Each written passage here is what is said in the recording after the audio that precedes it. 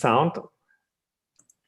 Good afternoon, good morning, good evening to people from wherever you are. Welcome to this exciting webinar organized by the P4G Getting to Zero Coalition Partnership in the run-up to this year's P4G Summit. Apologies for the short delay. My name is Thomas Anker Christensen. I'm the Climate Ambassador of Denmark, and I will be your moderator for this event today. I have to apologize, and beforehand I will have to slip out for a few minutes in the middle of the moderation. Ingrid from the Global Maritime Forum will take over, but I will be back with you shortly. I have conflicting schedules, and in the old world of physical meetings, you would have been able to slip out of the chair, but online we have to do it by handing over on Zoom. Anyway, to get to the topic of today's exciting meeting, we are going to discuss the question of decarbonization of shipping, which is one of the most important issues for pushing an ambitious climate action agenda. Shipping today accounts for 3% of global emissions, which is roughly as much as Germany. And if we don't do anything about it, it might account for up to 6% by 2050. So decarbonization of shipping is extremely important to tackle the global climate challenge, but also because shipping now is at the vanguard of decarbonization of transport and indeed hard to abate sectors in order to achieve climate neutrality, so-called net zero by 2050. And today we will focus on what is required for the sector to be in line with the climate goals of the Paris Agreement and the initial greenhouse gas strategy of the International Maritime Organization, which also holds a range of growth and business opportunities across all these sectors, and actually also across countries, and also opportunities for emerging economies, including many P4G partner countries. And shipping decarbonization illustrates the close links between, on one hand, industry and on the other hand, energy transition that are essential to reach the net zero development pathways.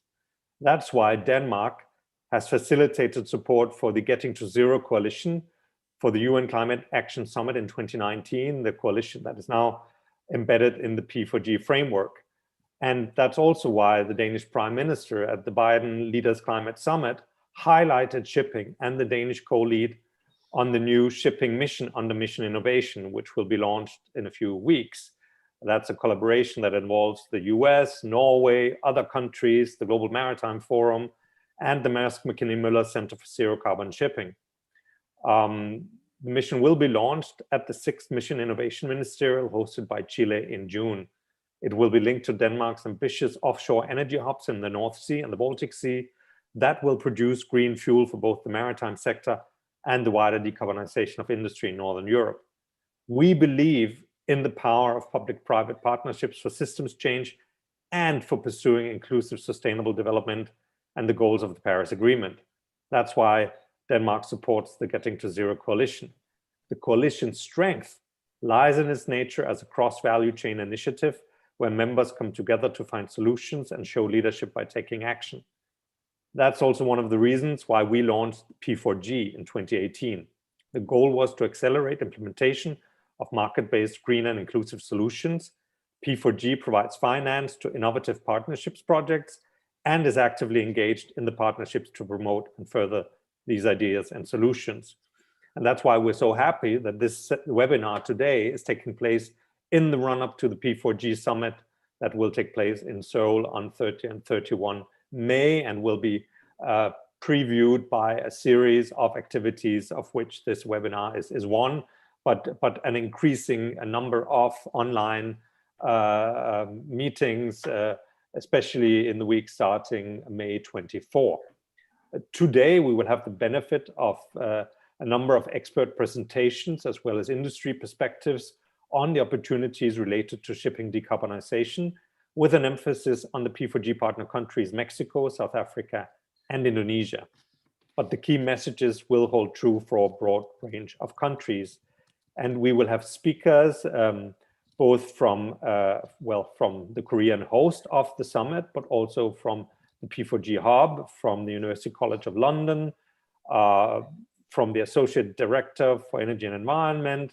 We'll hear from the Global Head of Shipping from Anglo American, from AES Mexico, and also from the Global Maritime Forum, as well as from the Head of Supply Chain and Transport Industry. So it's really an exciting lineup. And with no further ado, I'll introduce the first speaker, Mr. Young-Wook Choi, the Director of Maritime Industry and Technology Division of the Ministry of Oceans and Fisheries of the Republic of Korea, who will introduce this year's P4G Summit, which, as I said, is in a few weeks. Director Choi, over to you.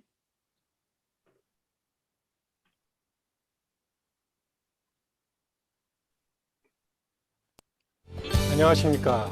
대한민국 해양수산부 회사산업기술과장 최종욱입니다.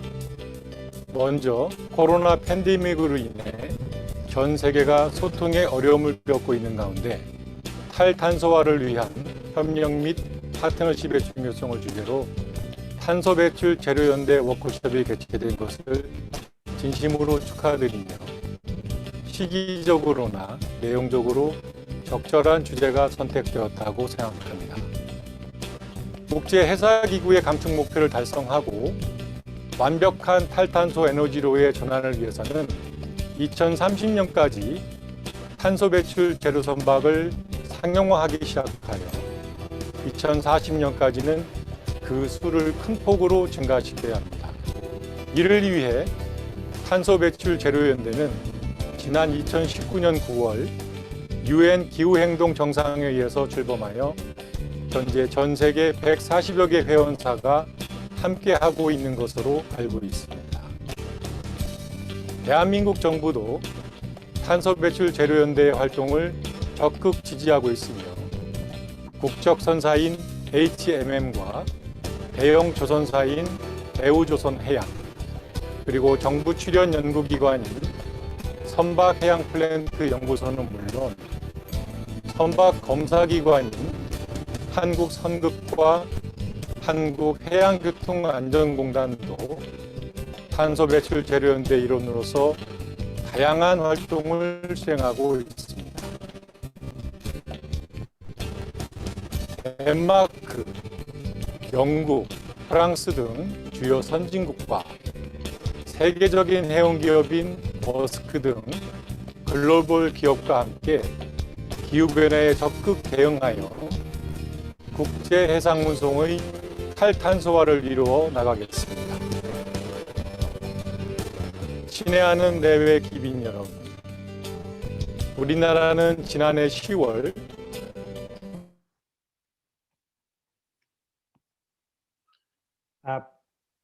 Apologies for the quality of the subtitles from Director Choi, but I think he was welcoming us all to be part of the P4G summit in Korea, and was also, I think, referring to the strong cooperation between Denmark and the Republic of Korea in working on P4G. So thank you very much, Dr. Choi, Director Choi, for those words. And I would like now to welcome Mr. Ian de Cruz, the Global Director of P4G, who will talk to us about the opportunity for partnerships to stimulate green growth and contribute towards maritime decarbonization.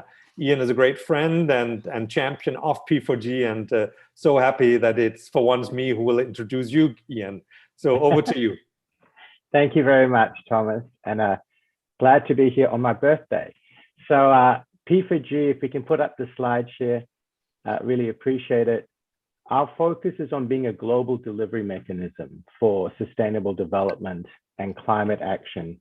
And I think what we have before us is a once-in-a-generation opportunity, not only in the transformation that is happening in the shipping sector, but what the shipping sector can be part of, which is what we see, as suggested by Thomas, a huge energy transformation that is happening globally.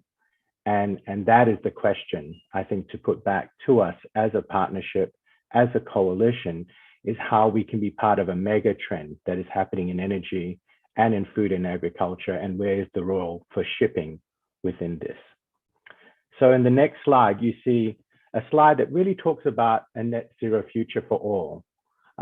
You can see in this slide, we have a whole ecosystem in P4G, from our 12 partner countries to our 5 international organizations, including World Economic Forum as a partner organization, where we are looking to really build a deal flow of partnerships, leverage our investment, and really scale our impact. And within the Getting to Zero Coalition, the opportunity here is how can we leverage Maersk, for example, in its whole shift in shipping and logistics to go net zero, with what we have in Korea as one of the biggest shipbuilders in the world, to join forces with, for example, Chile's push to be one of the cheapest hydrogen, green hydrogen energy produced in the world. But at the heart for us, a net zero future for all really needs to focus on what can we do in Indonesia, Mexico, and South Africa that they can be part of that solution. How can we create trade, investment, and development where the shipping sectors and the network is actually enabling and catalyzing the energy transition in those countries? Let's look at the next slide. So within P4G, we talk about this model of bridging the gap between the development and investment. How can we scale and replicate the solutions? It will be tricky, but in Indonesia, Mexico, and South Africa as examples, what's the business model that can emerge that can be applied in those 3 countries to be able to scale and replicate? And that's what we're looking to find. So we've gone through the stages of co-creating this partnership, but we really we're in this opportunity to invest and accelerate the impact here and engage our ecosystem with your Getting to Zero Coalition to ultimately deliver the impact. And so my sort of inspirational angle, as so to speak, is to say, we need to turn this on the head. It's not what the shipping producers are doing. It's not what Maersk is doing. You are service providers, but what are you providing? And what is that purpose you're providing? And that purpose is really, what does Mexico, Indonesia, and South Africa as examples want to trade and invest in and be part of the broader market, so that these chains are true two-way exchanges. Two-way exchanges where the infrastructure being built is a catalyst to the domestic energy transition story in South Africa with their resources and mining industry, with Mexico and what it wants to do on food agriculture, with Indonesia and how that can be a center for really energy transformation. That is the opportunity we have before us. That is the way we can align a very strong, compelling global agenda with a strong national focus, with developing countries at the heart of this economic transformation to build it back better and greener in this decade of action. Next slide. So these are examples of partnerships that we have in the past. I will use the example of the flawless food loss and waste of what we may be trying to do in Getting to Zero as an example. So we have the opportunity in food loss and waste in the same countries, where there's been a model developed from the UK of how governments set a strategy for food loss and waste, how corporates voluntarily commit to those targets, and then finally they are able to really drive this impact through measuring the impact and ultimately investing in it. Can we develop a similar sort of business model within this Getting to Zero partnership in shipping to make this happen? Next slide. I think we've got the wrong slide pack. So this is not a bad slide for us to look at from a Getting to Zero perspective. It's a huge and wonderful coalition we have of emissions, but my plea, and this is experience over 50 partnerships, is what's the business model that we want to get in those 3 countries? Where can we replicate that in a way that it is actually ambitious? And so when we have our panel speaking about how we can do that in country, what is the entry point is really important to understand to be able to scale and replicate. And so our suggestion is that investing in the solution driven by the private sector working with national platforms is at the heart of it. So if we can just skip to the end, I just want to see what other slides we have. If we just skip through this. Yeah, keep going. I might just end with this slide here. So just a slide before share. So this slide is really important in terms of thinking through a schematic. We have on the right top, at the bottom, the right-hand side, this global coalition on getting to zero. We've just explained the value of our ecosystem and what we can harness together, but getting it at the national level of what is the solution we can work back that can be scaled through our ecosystem, that ultimately you have the global agenda, but working back to what the national platform can do through the ecosystem, that's the opportunity. And so the last slide on the summit is really an opportunity for us to bring these coalitions together, look at what those business models could be from the lens of a developing country. And if we start to do that, that is the opportunity to scale this impact, which can be a net zero future for all. Thank you. Thank you so much, Ian. And with no further ado, we'll turn to Dr. Tristan Smith of University College London, who is a reader in energy and shipping. Tristan is a well-known name to many of us in the shipping space and co-leads the fuels work of the Getting to Zero Coalition. He and his team play an active role in working to identify business and growth opportunities related to shipping, decarbonization in Mexico, Indonesia, and South Africa. Tristan, if I could ask you to be maybe a bit shorter than the time allocated, because we're running a bit behind on time, and both you and Nick, we need to hear from you, but we also have a great panel at the end, and we need to make up for a few minutes. So over to you, Tristan. Thanks. Yes, no problem. I will try and be as short as possible. Next slide, please. So I wanted to talk about some of the specifics of where the commercial opportunities might come from that have been just alluded to in the preceding presentation. And in order to do that, we have to take a quick look at what transitions look like. And this is the overall S-curve that's often used to characterize a move from one technology to another. And the work here has mapped individual sectors onto that S-curve, showing the power sector, which we know is already heavily invested in renewable energy and rapidly scaling that, which is well ahead, with many other sectors, not least shipping, a bit further behind, needing to get into their emergence phase, which is where we are really at the moment. Next slide, please. One of the things, I hope it's, next slide, please.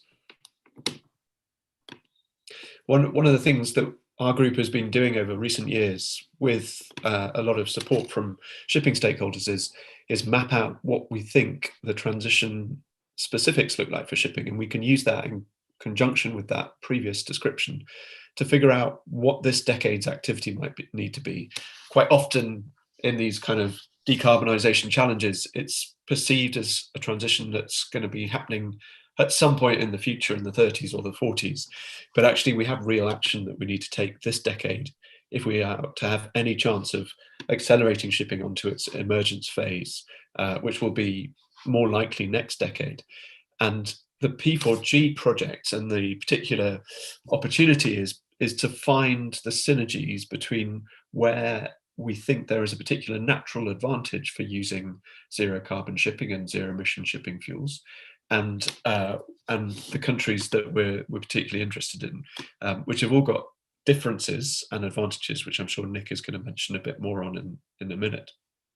This next slide is a first analysis that we've done of all the different countries in the world that could be future suppliers of hydrogen-derived shipping fuels.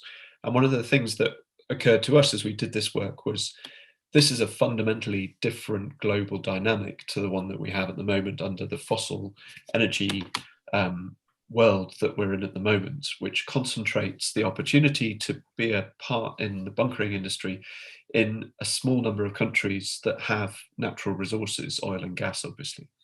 And in the future, the requisites to be a partner in the global supply of shipping fuels, as those move towards becoming hydrogen-derived fuels, there's a much greater opportunity. Lots of different countries have got different natural advantages to low-cost renewable electricity, and therefore stand in a very good position to be able to produce hydrogen competitively and supply it either to their local or to global customers of that product.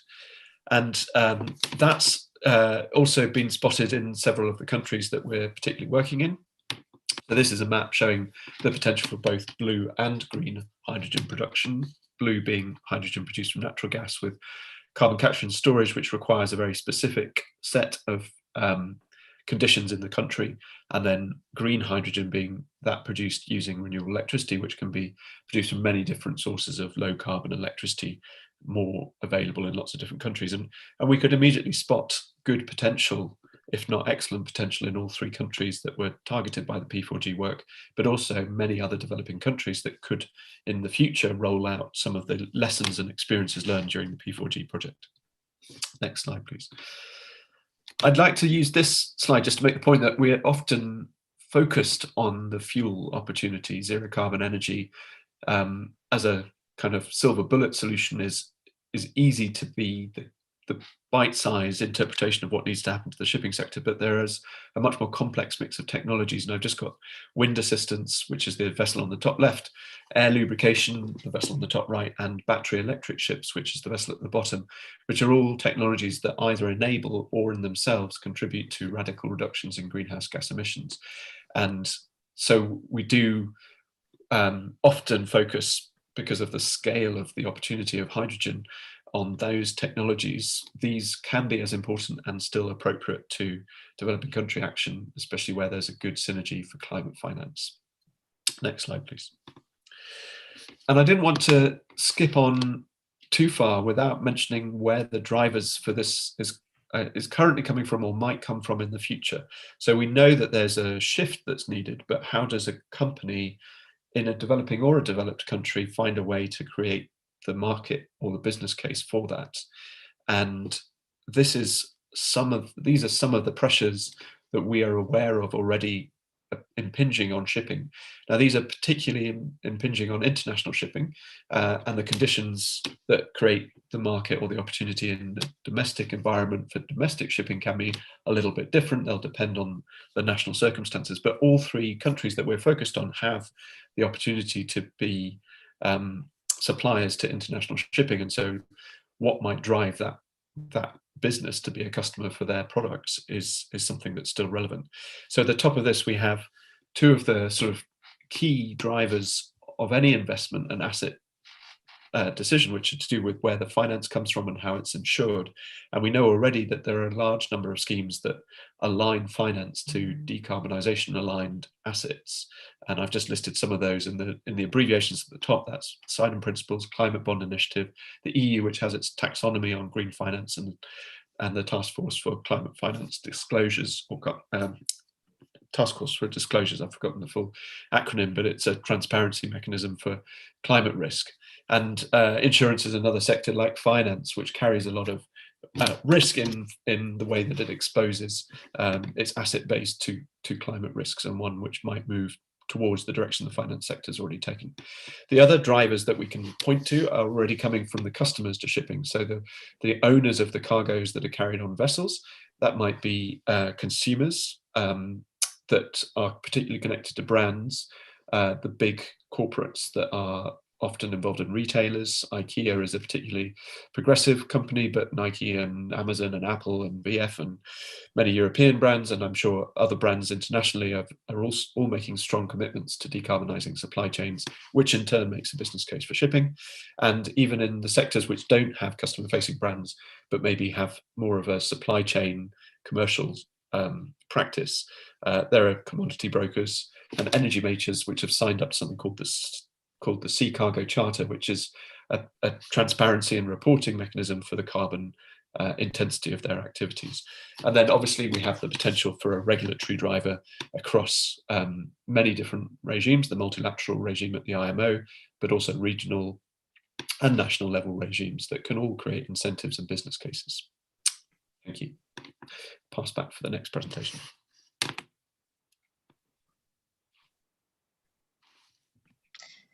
Thank you very much, Tristan. I'm stepping in temporarily for Thomas. My name is Ingrid Siedenwald-Gigot. I'm a project director in the Global Maritime Forum.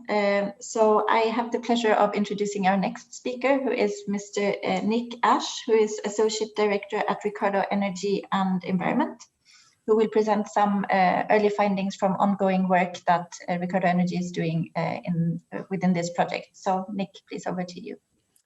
Thank you very much, Ingrid. Hello to everyone, and happy birthday to my fellow panelist, Mr. Ian de Cruz.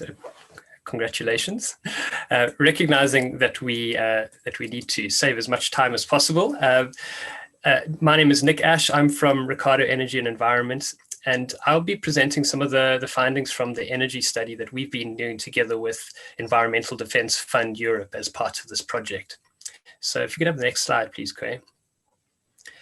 This slide essentially sets the scene to explain that the study is looking at the nexus of the shipping sector and how that impacts on the electricity or energy sector in each of the three countries that we're looking at. And it's a complex subject that involves looking at a number of different drivers that are all listed there.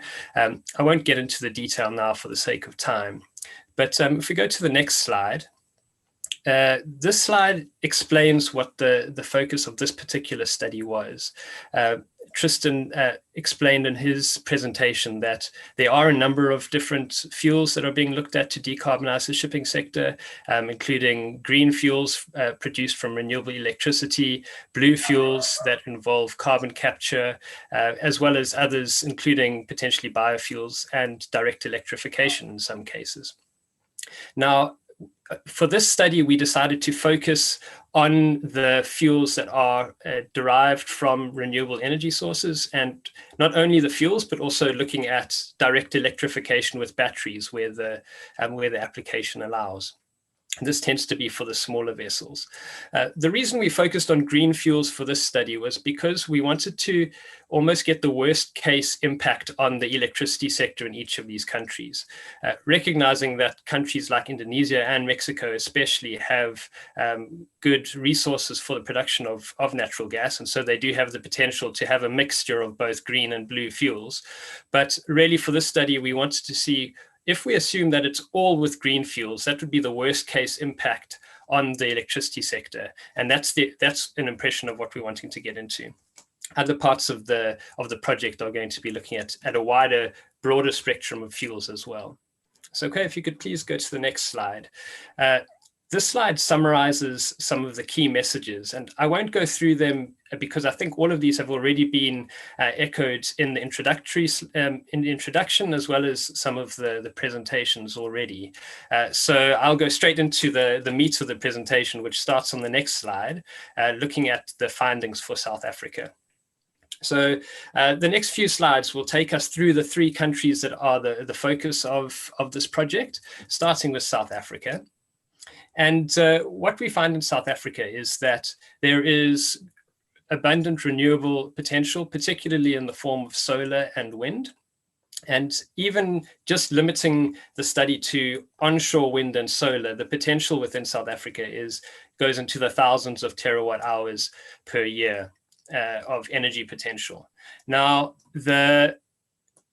an important question to ask is, well, that doesn't mean anything to me. What does 1,000 terawatt hours per year look like? Well, to give a sense of scale, we compared that to what the potential demand could be in 2030, looking at if the electricity grid were to completely decarbonize before then, what would the demand for renewable energy be, as well as if the shipping sector had made its way along the S-curve that Tristan described earlier, how much would that potentially be in 2030? Now, there's two charts that are shown at the bottom. The one on the left is a low forecast for low electricity demand in 2030, plus a 1% adoption rate of zero carbon propulsion technologies from the shipping sector. Whereas the one on the right is a high forecast for the electricity grid of 320 terawatt hours per year, plus a 5% adoption rate for the shipping sector, which, as Tristan explained, would set the shipping sector well on its way to decarbonization by 2050. Now, what I would like you to notice from those two charts is that we're talking here in the hundreds of terawatt hours, between something like 280 to maybe 330 terawatt hours per year that would be required to decarbonize the electricity grid, plus some of the shipping sector by 2030, which is well below the thousands of terawatt hours that are available in South Africa. So next slide, please, Quay. So in each of the countries, we are presenting case studies to bring these concepts to life. And in South Africa, the case studies are for specific ports, because there's a small number of large commercial ports in South Africa. And so it seemed appropriate for South Africa to identify individual ports.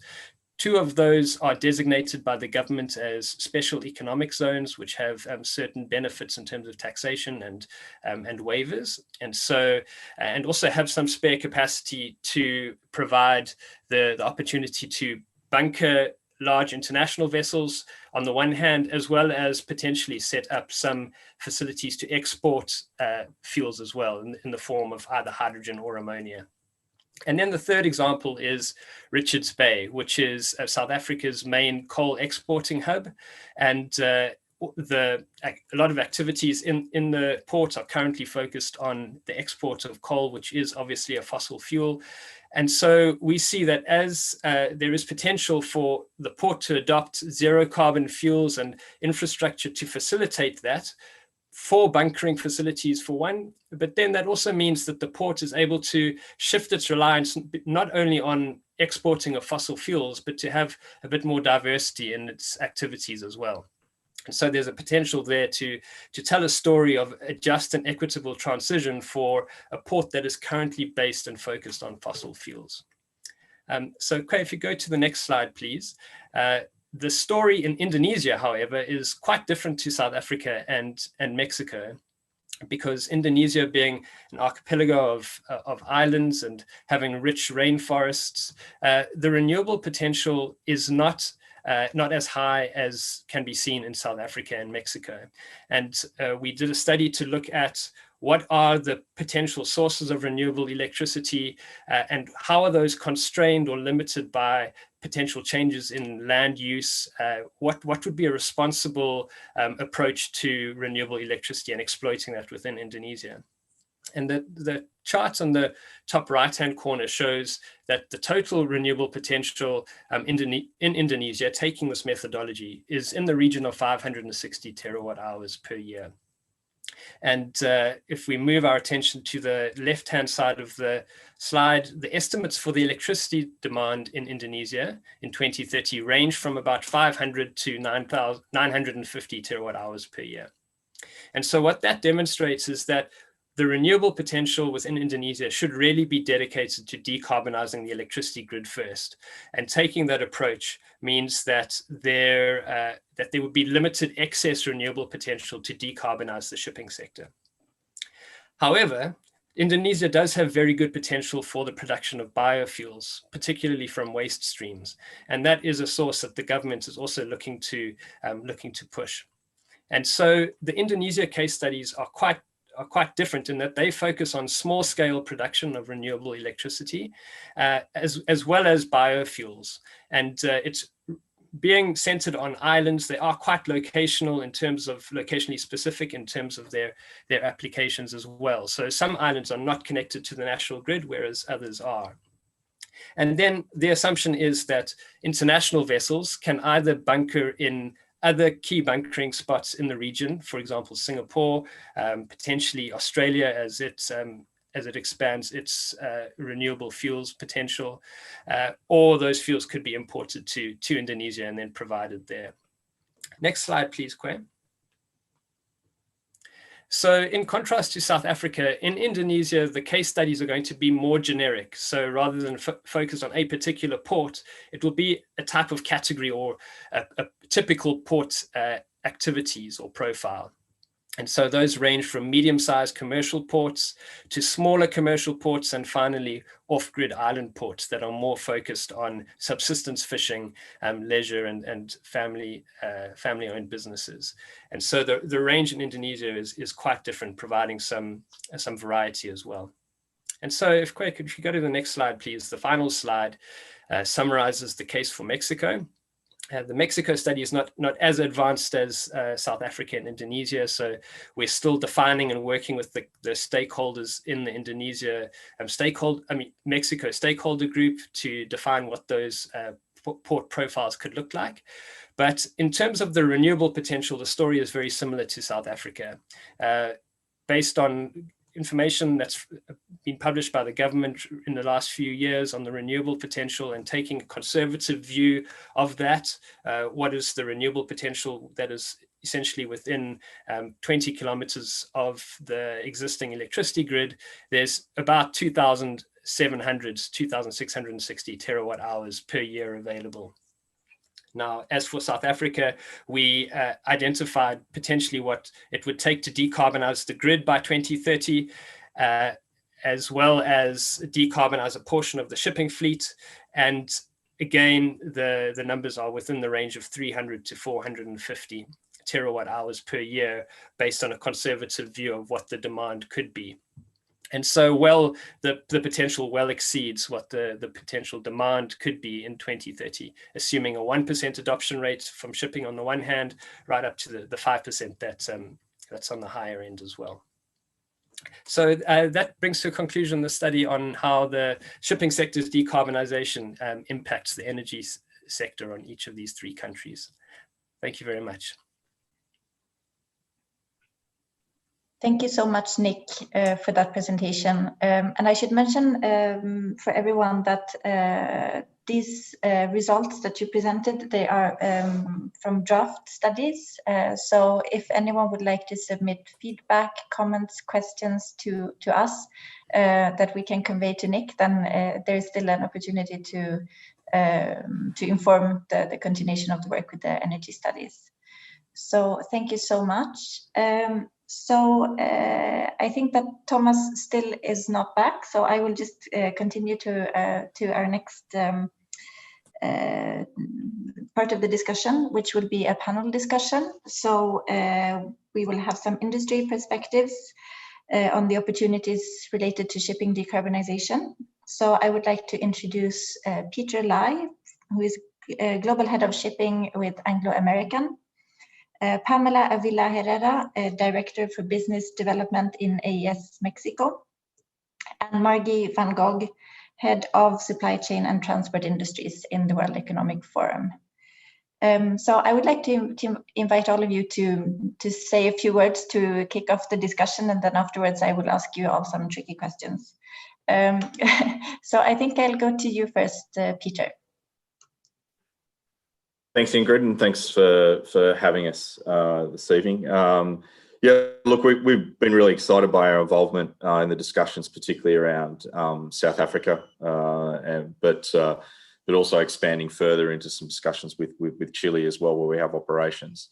And Anglo American, we've set ourselves some pretty ambitious targets in the area of environmental sustainability, and that sort of centers around our sustainable mine plan, which is really key to how we operate as a business. So specifically, we're aiming to reduce 30% reduction in our GHG emissions across the business by 2030, and a 30% improvement in energy efficiency by the same period. But when we also look at our ocean freight activity, which is the focus here, that's a huge component of our business, and we're heavily focused on decarbonising that activity as well, and doing that in a meaningful way, and doing it in a positive direction now, and starting to move that dial. And we've got a number of projects and initiatives going on at the moment. But just to touch on the South African piece, and that Nick covered very quickly, we have a lot of operations in South Africa. It's really a big part of the home base for Anglo American, and many of our operations, we have a number of decarbonisation projects going on at the moment, which is really quite interesting. And I think one of them is the use of hydrogen-fueled haul trucks in some of our platinum operations in the north of the country.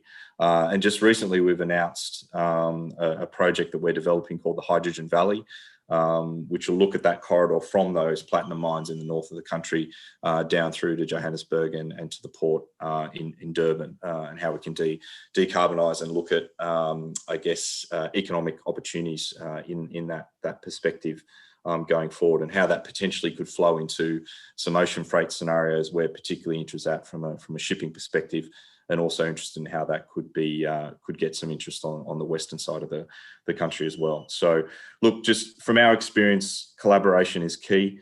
That linkage around decarbonisation projects in shipping, we believe, can't be standalone. We need to look at other sectors and how we can link things up. We think that's where success is most likely. Certainly in our journey, in relation to decarbonise shipping, it's the engine and the vessel is part of it, but the infrastructure is really key for success, and that availability of green fuel, which is part of the discussion that we've got. So I think consolidating those opportunities and looking at where we have a green flow of energy, really opens up those channels, not just from a shipping perspective, but from a port, service vessels, and further up the chain. I think that's not just around sharing the risk, but about being competitive and really having an impact in these key countries. So I might leave it at that, and looking forward to the questions. Thank you so much for that, Peter. And I see that Thomas is back, so I think I will hand over back to you, Thomas. So just for your benefit, Peter has just made some really inspiring opening remarks, touching specifically upon opportunities in South Africa. So Pamela and Margie is next, but I hand it back over to you, Thomas.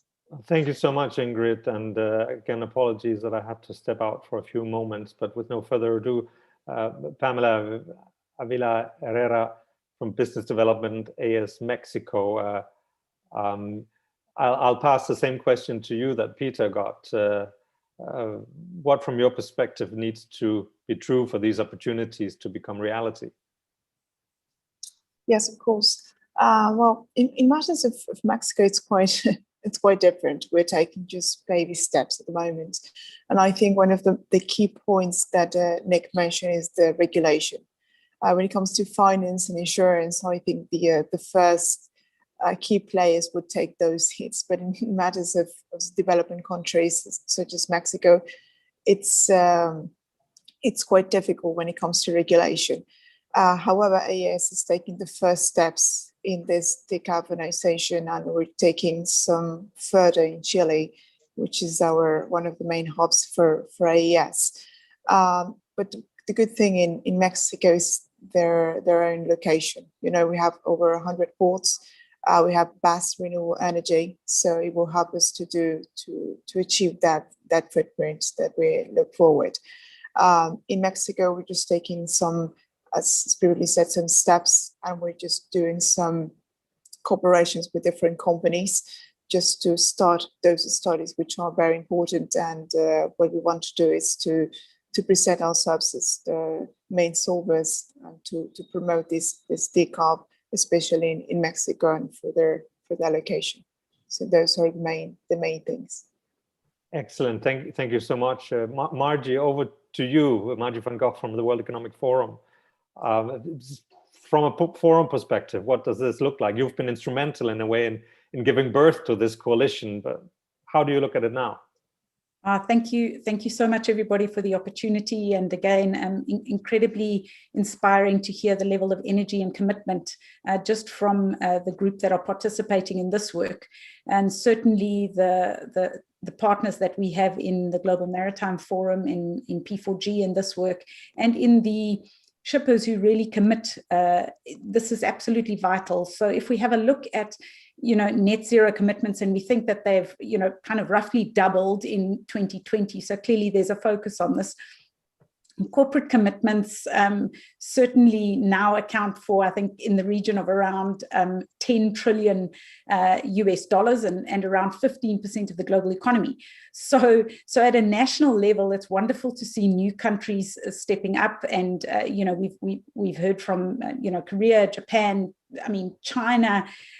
As a South African native, great to have a conversation around South Africa and recognize the opportunities that are presented for these developing countries in this new green economy, and Chile, of course, also mobilizing amongst these.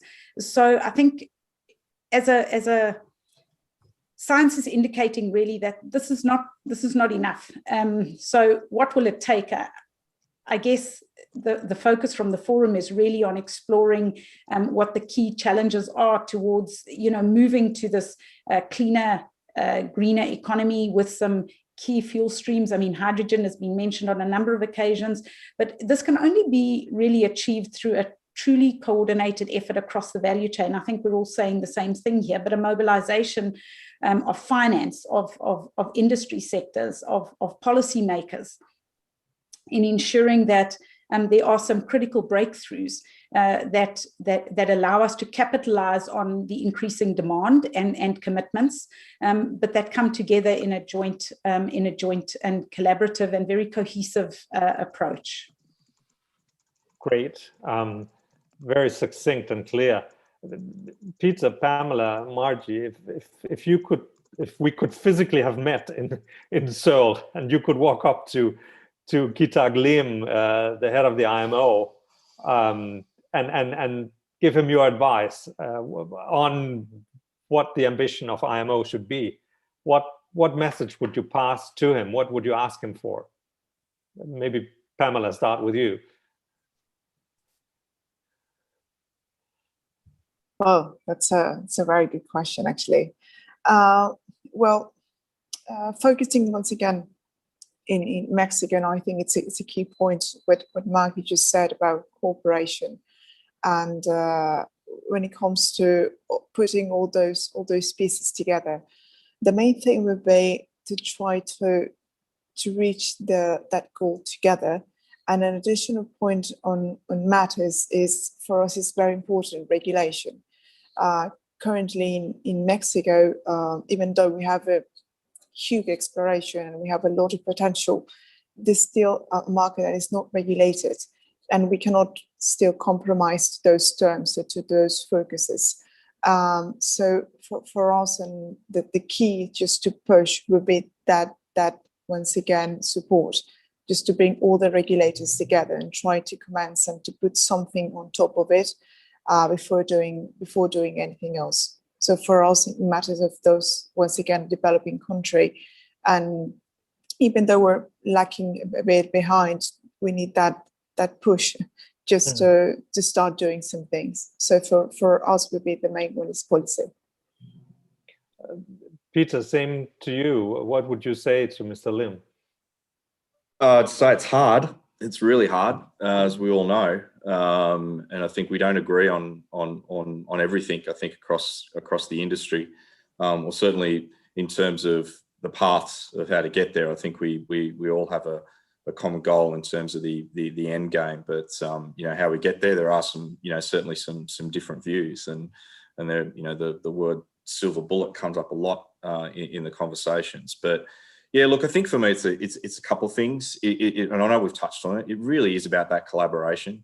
There is a lot of corporates and industry that are pulling in the right direction, and that's because it's demanded by our stakeholders, it's demanded by our shareholders, it's demanded by our customers that for us to continue to be in business and to continue to be relevant, that we need to move down this path, and it's the right thing to do. So there is that. Push that is a little bit more organic than a regulatory piece. But I think there is a lot of talk around carbon levies, carbon taxes, and how that could facilitate or speed up some of that journey. So I think there's a debate and there's a discussion around that. But what is really positive, and I think what we should take as an industry, and we're lucky to have a body like the IMO, is that we do have a mechanism where we can sort of pull together and sometimes pull us in the direction we need to go. You could argue that an initiative like this one actually creates leverage from the private sector side, and also has created a platform which the regulators and the international community has to reckon with and listen to. I Absolutely. think that's also where this conversation actually becomes interesting. Yeah, no, it does. It does. And I think those partnerships between industry and government and NGOs alike, and we're seeing a lot of them, you know, the influx of these opportunities, I think more recently, particularly in the shipping sector, is, you know, those of us that unfortunately have been around for a while, is quite, you know, quite amazing what I think what has achieved. It's exponential. So I think it's really encouraging. But the one last thing I would say, this isn't just a shipping discussion. As we've spoken about, we're a mining organisation. You know, we've talked about the likes of Amazon and Nike, and you know, it's the entire chain. And I think we're seeing more and more of us get engaged that you wouldn't traditionally think that we would. And I think that's a real positive. So so it's tough, but you know, I think everyone's you know, pulling in the right direction. Great, Margie, and I just wanted to say that there's a quite lively discussion in the chat, sort of in parallel with our conversation, and we won't be able to take all the points and questions that are being raised there into the conversation, but I'm sure Ingrid and the team will take good note and also reflect on what's happening in the chat. But there was one comment, Margie, that also sort of asked the question about whether this is about the shipping sector only, or the wider energy sector, and how, in a way, for people and energy transition and ships, is that sort of a part of the same solution, or are these separate questions, and is it the same political will that we're looking for when it comes to energy transition on land and on ships, or are these separate questions? What's your take on that? Well, I think, Thomas, thank you. That lends itself nicely to the enormous role that initially the IMO has actually played in this drive to reduce greenhouse gases and emissions by 2050. But, you know, given technological development and emerging climate science as well, there really is a key need for the full value chain to engage in this conversation. This, to Peter's point, is not just about shipping.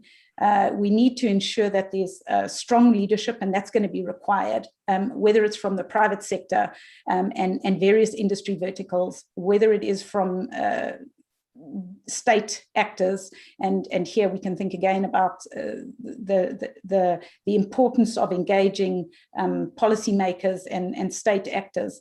But it is really about the full maritime ecosystem, with more than 90% of all products being transported on vessels and then on land. I think, to Peter's point, it is about ensuring that we're able to fully take advantage of shipping, of aligning the shipping and the maritime supply chain with the need to have, you know, near-term goals of, you know, 5% zero emission reductions in the international shipping fuel space and 50% in domestic shipping fuels by 2030. And that's ambitious. And we are going to need the IMO to walk this path with us.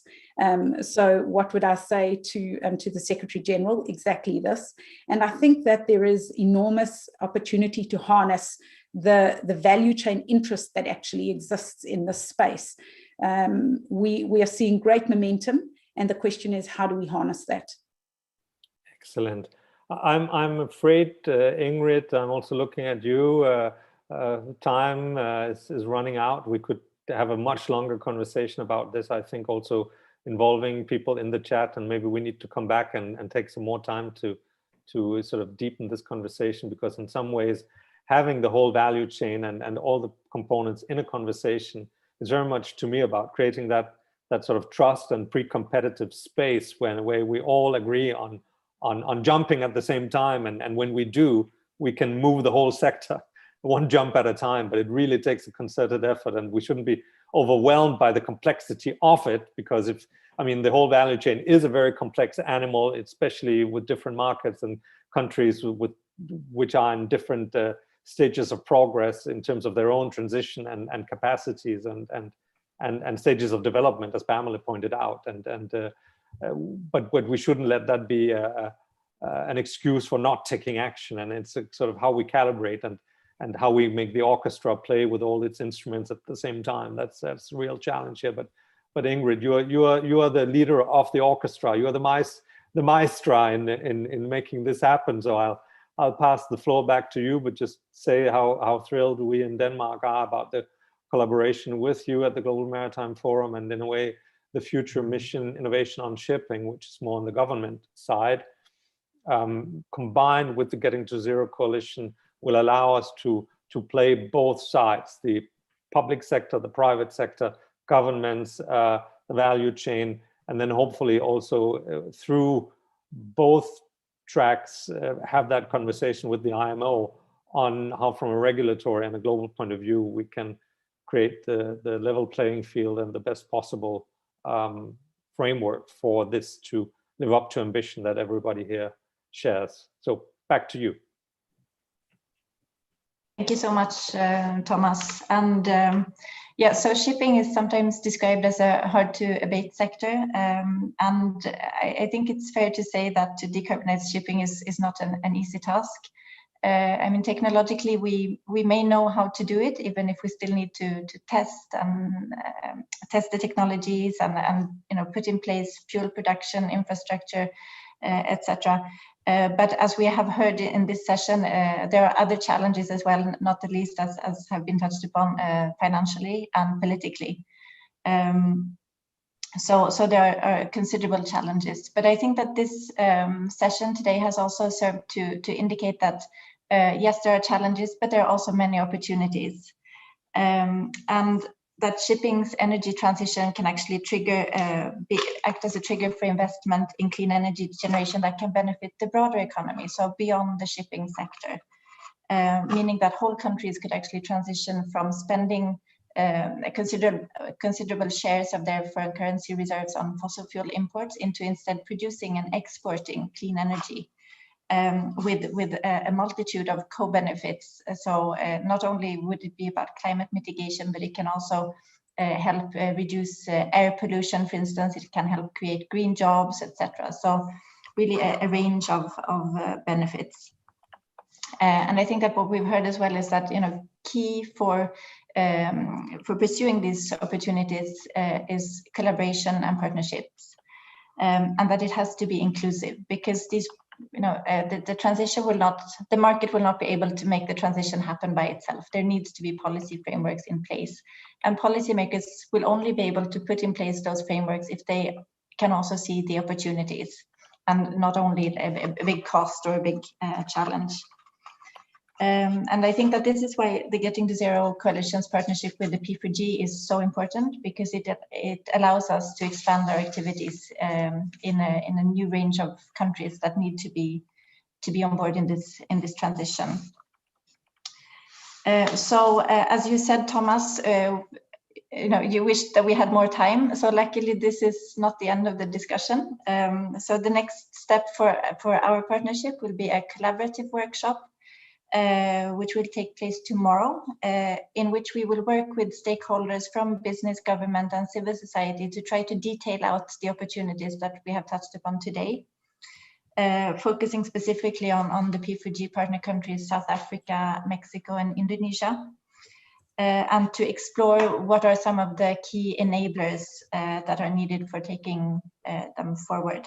So if anyone watching this webinar is interested to join that collaborative workshop, you're welcome to reach out to me after this session or in the chat. And then there will also be, you will be able to hear more from us in the P4G Summit Ocean session on the 26th of May, which I know that the director from the Ministry of Oceans and Fisheries was welcoming us to, so apologies that the subtitles didn't work. So you're most welcome to join that session as well, where you will learn a bit more about the findings of our project now that we're halfway through it. So yeah, last word of thanks to the Korean government for co-hosting this side event on behalf of the P4G Getting to Zero Coalition Partnership. And I would also like to thank the P4G for, along with other funders who are making this possible for us. And I would like to thank all the speakers, our wonderful moderator, and the team who made this possible. And thank you to all the participants for listening in. Thank you so much. Thank you. Bye. Bye. Thank you.